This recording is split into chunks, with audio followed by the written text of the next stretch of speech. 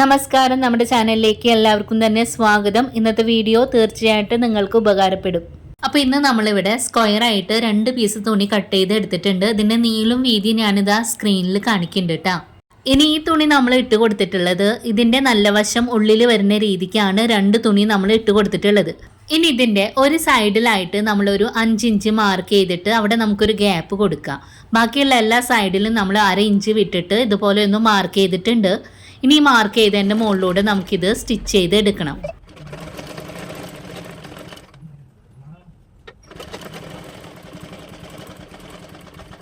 അപ്പം നമ്മളിവിടെ സ്റ്റിച്ച് ചെയ്ത് കൊണ്ടുവന്നിട്ടുണ്ട്. ഇനി നമുക്ക് ഇതിൻ്റെ ആ കോർണർ ഭാഗങ്ങൾ ചെറുതായിട്ട് സ്റ്റിച്ചിൻ്റെ മേലെ തട്ടാതെ ഒരു കട്ട് കൊടുക്കാം കേട്ടോ. അപ്പം നമ്മൾ കട്ട് ചെയ്ത് കൊടുത്തിട്ടുണ്ട്. ഇനി നമുക്ക് ഈ തുണി ഓപ്പൺ ആയിട്ടുള്ള ഒരു ഭാഗം ഉണ്ടല്ലോ, അതിലൂടെ നല്ല വശത്തേക്ക് ഇട്ട് കൊടുക്കാം. ഇനി നമുക്കിതിൻ്റെ ഓരോരോ കോർണർ ഭാഗങ്ങൾ മെല്ലെ പുറത്തേക്ക് ഇതുപോലെ എടുക്കാം കേട്ടോ. അപ്പോൾ അതാ നമ്മൾ നല്ല വശത്തേക്ക് ഇട്ട് കൊടുത്തിട്ടുണ്ട്. ഇനി നമുക്കിതിൻ്റെ ഉള്ളിൽ ഫില്ല് ചെയ്ത് കൊടുക്കാനായിട്ട് നമ്മളിവിടെ എടുത്തിട്ടുള്ളത് പോളിഫില്ലില്ലേ, അതാണ് കേട്ടോ എടുത്തിട്ടുള്ളത്. ഇത് നമ്മുടെ സോഫ്റ്റ് ടോയ്സിൻ്റെ ഉള്ളിലൊക്കെ ഉണ്ടാവുന്ന അതാണ് കേട്ടോ.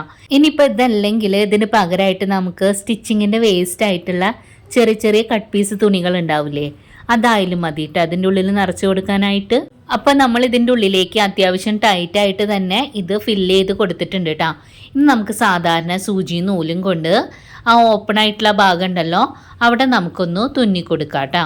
അപ്പോൾ ഇതിനായിട്ട് നമ്മൾ പ്ലെയിൻ കളർ തുണിയൊക്കെയാണ് എടുക്കണതെന്ന് വെച്ച് കഴിഞ്ഞാൽ സെയിം കളർ നൂല് കൊണ്ട് തന്നെ തുന്നി കൊടുക്കുകയാണ് കേട്ടോ നല്ലത്. അങ്ങനെ പറഞ്ഞ് നമ്മളിത് തുന്നി കൊടുത്ത് കഴിഞ്ഞിട്ടുണ്ടേ. ഇനി നല്ലോണം ടൈറ്റായിട്ട് അവിടെ ഒന്ന് കെട്ടിട്ട് കൊടുക്കുകയാണ് കേട്ടോ.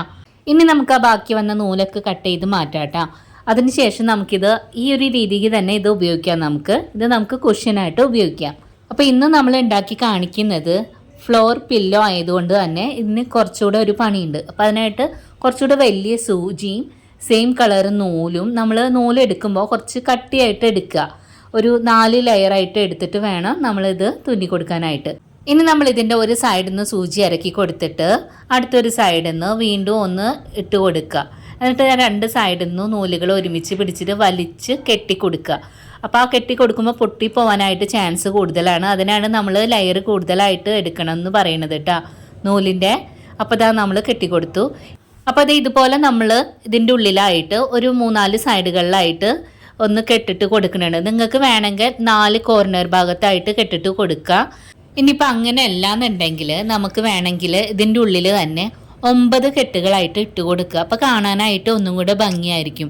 അപ്പം ഞാനിതാ 9 കെട്ടുകളാണ് ഈ ഒരു രീതിക്ക് ഇട്ട് കൊടുത്തിട്ടുള്ളത് കേട്ടോ. നമുക്ക് സാധാരണ ഫ്ലോർ പില്ലോകൾ ഉണ്ടല്ലോ ഈ ഒരു രീതിക്കാണ് കേട്ടോ കാണാനായിട്ടുള്ളത് നമ്മൾ വാങ്ങിക്കുമ്പോഴൊക്കെ. അപ്പോൾ ആ ഒരു രീതിക്കാണ് ഞാനിവിടെ കാണിച്ചിട്ടുള്ളത്. അപ്പോൾ ഇതാ ഈ ഒരു രീതിക്ക് നമ്മൾ ഇന്ന് 2 എണ്ണമാണ് ഉണ്ടാക്കി കാണിച്ചിട്ടുള്ളത്. അതും 2 തരം തുണി വെച്ചിട്ടാണ് കേട്ടോ.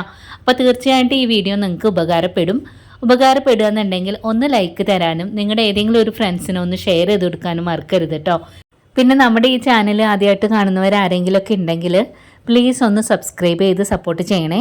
ഇനി അടുത്ത ദിവസം നല്ല വീഡിയോ ആയിട്ട് വരാം. Thanks for watching.